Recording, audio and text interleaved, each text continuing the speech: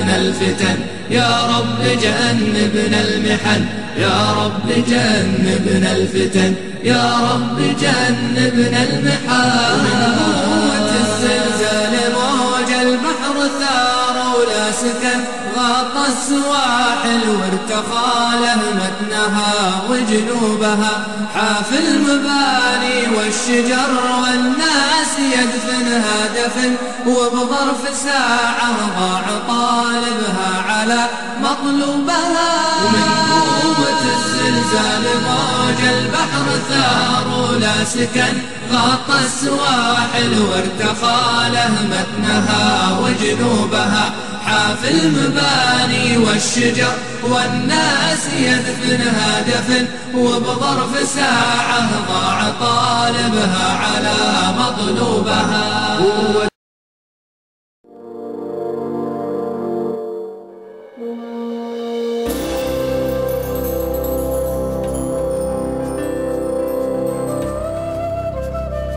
Assalamualaikum warahmatullahi wabarakatuh.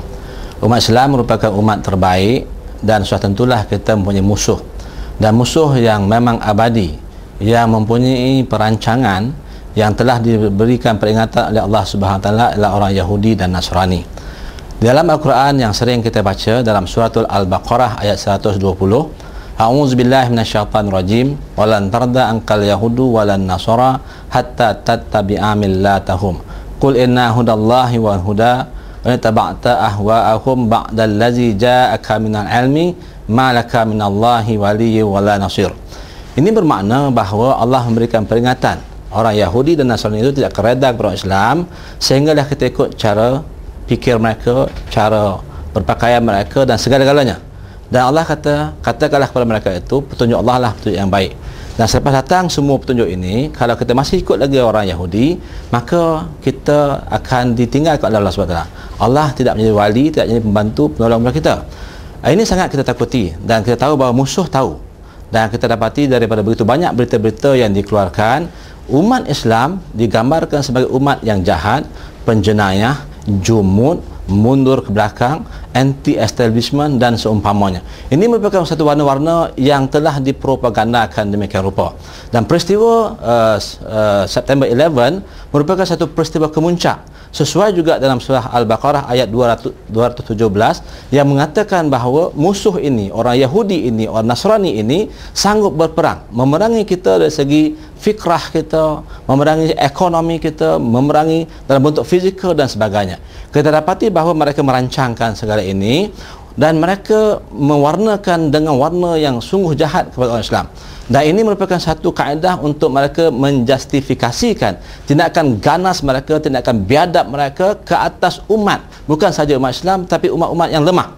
Dan kita tahu bahawa ini merupakan perancangan musuh, dan kita sebagai umat Islam kena yakin bahawa rancangan Allah lah rancangan yang akan berjaya akhirnya. Allah Subhanahu Wa Taala berfirman, wa ma karu wa ma qarallahu wallahu khairul makirin. Allah mengatakan bahawa kamu merancang, Allah merancang, dan rancangan Allah lah merupakan rancangan yang akan sukses, yang akan berjaya. Sebagai umat Islam, kita kena yakin sungguh-sungguh bahawa kita kena letakkan diri kita dalam wadah, dalam sirah Allah Subhanahu Wa Taala. Kerana sirah Allah Subhanahu Wa Taala sirah yang sebenarnya. Dan saya menyuruh kepada semua umat Islam memahami konsep ini, memahami iltizam ini, kerana kita percaya bahawa kita akan menghadapi mehnah dan tribulasi, kerana musuh ini mempunyai rancangan yang bagus. Kerana kita tahu bahawa if we fail to plan, we plan to fail. Maka saya sekali lagi merayu dan berharap umat Islam kenal pasti musuh kita, tahu kelemahan kita, perbaiki kelemahan kita, tahu di mana kekuatan kita, dan kita gabungkan supaya inilah yang kita harapkan melalui satu yang kita namakan ruhama abadahum asyidun ala kufar.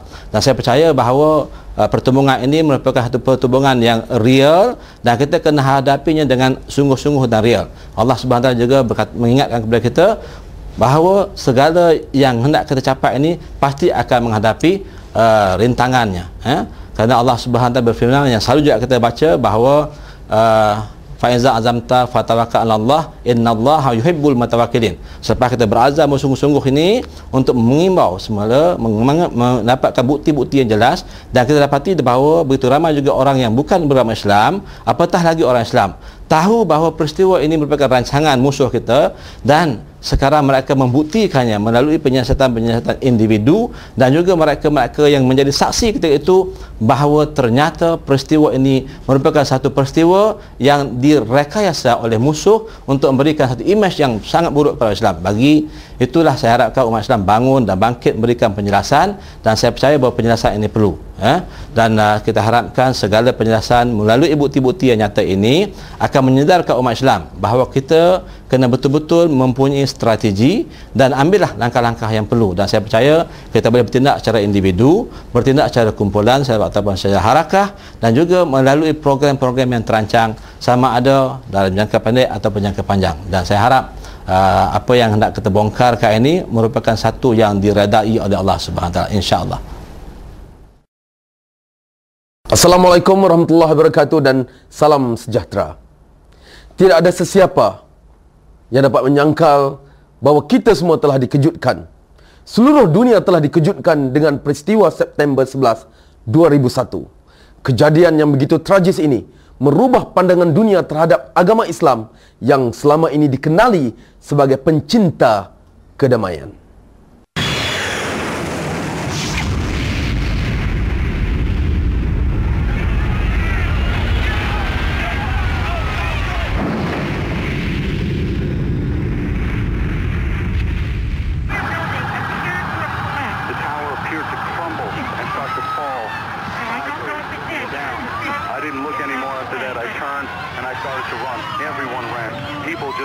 People ducked into doorways, and people didn't stop to look behind. But I couldn't breathe at all. I find it's really hard to talk.